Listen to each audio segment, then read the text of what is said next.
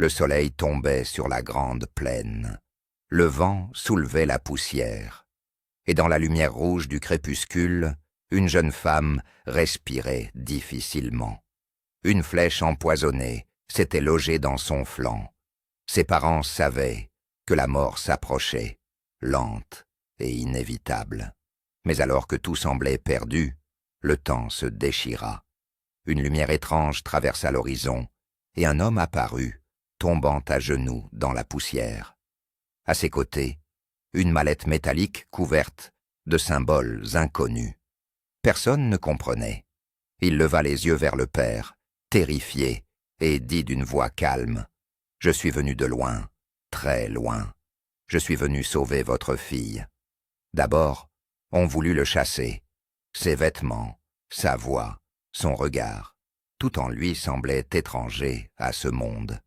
Mais la mère pleurait, suppliant qu'on essaie tout. Alors, il ouvrit sa mallette, des fioles, des aiguilles, des bandages propres, un liquide clair qu'il appela sérum. Il travailla sans relâche, nettoya la plaie, posa une perfusion, murmura des mots qu'aucun d'eux ne comprenait. Les heures passèrent, puis les jours. Chaque nuit, il veillait à son chevet, écoutant sa respiration tremblante. La fièvre finit par tomber. Le souffle d'Elsa devint plus léger. Un matin, elle ouvrit les yeux et murmura simplement « Vous êtes encore là ?» Et il répondit « Je vous avais promis de ne pas partir. » Son père éclata de joie, les larmes aux yeux.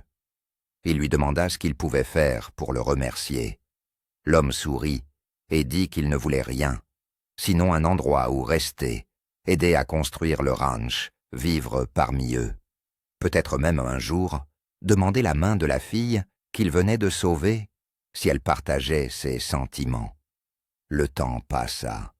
Le ranch prit forme. La terre se couvrit de clôtures, de chevaux et de rires. Elsa, d'abord simplement reconnaissante, commença à chercher son regard.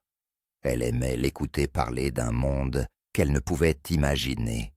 Des villes de lumière, des machines qui volent, des voites qui traversent l'air. Un soir, au coin du feu, elle osa lui demander « D'où venez-vous vraiment ?» Il resta silencieux un long moment, puis répondit « Je viens du futur, d'un temps où tout ce que vous vivez aujourd'hui est déjà passé.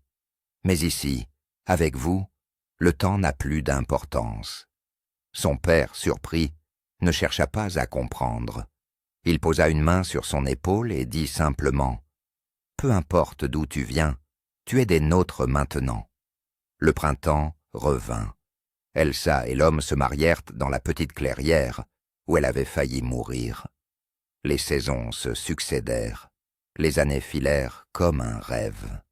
Ils eurent des enfants, bâtirent leur vie sur cette terre sauvage, entre les rivières et les collines. Chaque soir, il la regardait s'endormir, se disant que le temps avait eu pitié de lui, qu'il lui avait offert une seconde chance. Mais un matin, tout changea. La lumière devint floue. Le vent se tut. Il sentit le monde se dissoudre autour de lui. Lorsqu'il ouvrit les yeux, il était seul, allongé dans son lit. La mallette était à ses côtés. Sur la table, une fleur séchée qu'il ne se souvenait pas avoir cueillie.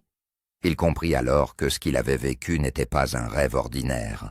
C'était une vie entière offerte entre deux battements de cœur. Une vie de douceur, de liberté et d'amour auprès d'Elsa Dutton. Et dans le silence de la pièce, il crut entendre sa voix, portée par le vent du passé.